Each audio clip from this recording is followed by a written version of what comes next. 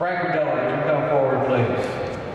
The anchor of Midland's offensive and defensive lines in the late 1940s and early 1950s, the captain of the University of Wyoming Cowboys football team, Frenchy Radella, who also signed with the Washington Redskins.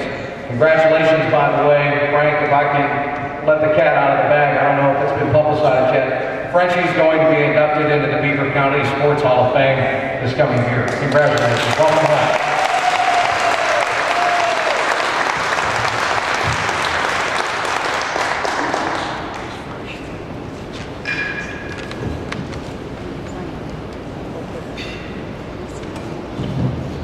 I feel elated and fortunate to accept the honor of being inducted into the Midland Sports Hall of Fame.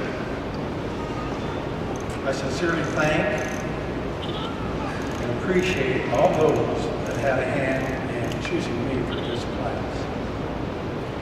I welcome my family, friends, and teammates that have come to share this honor with me. And I congratulate my fellow inductees. I thank the great coaches that I had here in Midland. Jim Myers, Ben Kay, John Wilson. They helped me to become a better athlete, a student, and responsible citizen. I was born and raised in Midland, PA, and I'm proud of it. My mom was a great homemaker and a pie baker. My dad was a bricklayer and crucible steel. I graduated in the class of 1951, 62 years ago. In those days, the steel mills were going full blast. Crucible had 7,000 people on the payroll. Midland Avenue was alive with 3 shifts a day coming and going. The 4th of July parade had over 20 marching bands in it. Midland was proud, and Midland was great.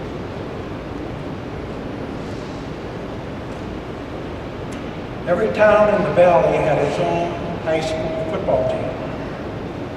The Midland fans were fantastic. They followed us everywhere, cheered us on, win or lose.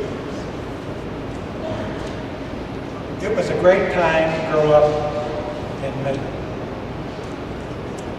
And it looks like Midland is on its way back with the focus on Midland Revival Committee. So for those folks, give her hell, Midland. Back then on a typical Saturday night, one of the guys would get the family car, and we only had one car in our family. We'd pitch in a quarter apiece for a couple gallons of gas. We'd head up the valley in our peg pants, looking for some chips and a date. Oh, happy days. All the older folks were in a frenzy about this new crazy music called rock and roll. The preacher said, you listen to that, you're going to go straight to heaven. Well, we all know how that worked out. So those of you with teenagers and their music and their technology, trust them, it will work out. From early on, my parents instilled in me the need for an education. My dad went to the 3rd grade, my mom went to the 10th grade. Football was my ticket for an education. At Midland, our best year was 1949, where we won 8, lost 1 title. We were only beaten by California, PA, that went on to win the WPIL championship that year. My positions were linebacker and single wing center. My teammate, Bill Graham, was a guard. And in those days, we played both ways, offense and defense. Bill and I were offered a full scholarship to the University of Wyoming and were invited to go out for a visit in the summer of 1951. We had a couple other visits and offers, but after a week in the Rocky Mountains, we decided to be University of Wyoming Cowboys. At Wyoming, all the coaches were from the South, mostly from Tennessee. And they had deep Southern drawls. They believed in strict discipline. There was no long hair, no mustaches, don't even think about a tattoo. Physical conditioning was strenuous. Football stadium in Laramie, Wyoming is at 7,200 feet above sea level. Here in Midland, it's 800 feet above sea level. In the summer, all the guys would get together, they were going to play football and work out down at the Crucible Field. Some of the guys were Bob Zielinski, going to Detroit, Matt Yonisich, going to Penn State, Lon Kennedy was going to Clemson, to mention a few. After practice, some of us would go down to the Welcome Cafe for a brew or two. Was I ever going to regret that? Getting in shape at 800 feet is a lot different than at 7,200. Off we went to Laramie for preseason training. Early on, we were running 40-yard dashes. 40 yards over, 40 yards back, and 4. And I kept getting tired and weak. And all at once, everything kind of went purple. I collapsed on the field face down. The coach walks over and says, Radella, he said, if you can't run, walk. If you can't walk, crawl. And if you can't crawl, don't just lay there, do some push-ups. I was totally exhausted. But somehow, I did get up and I ran some more wind sprints.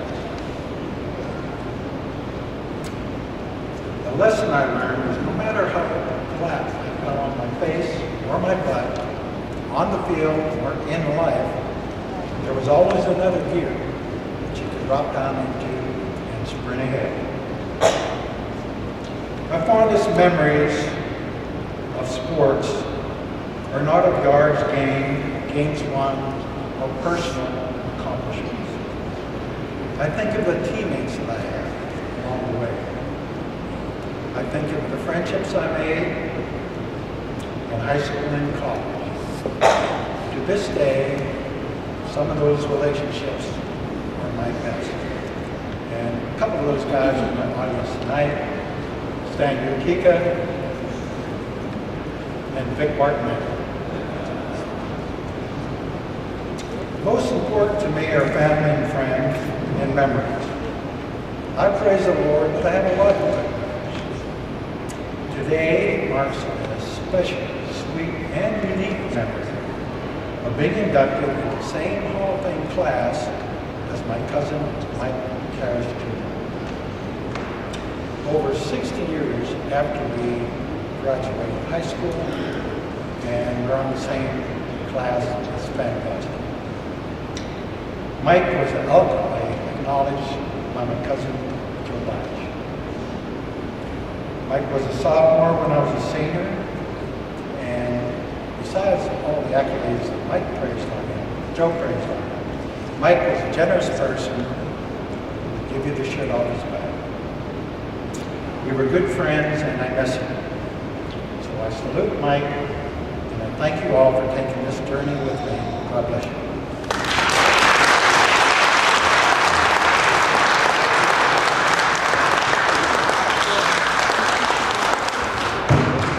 Again, Frenchy will be inducted into the Beaver County Sports Hall of Fame this coming April, and hopefully a bunch of us will be there on that very festive night for him as well.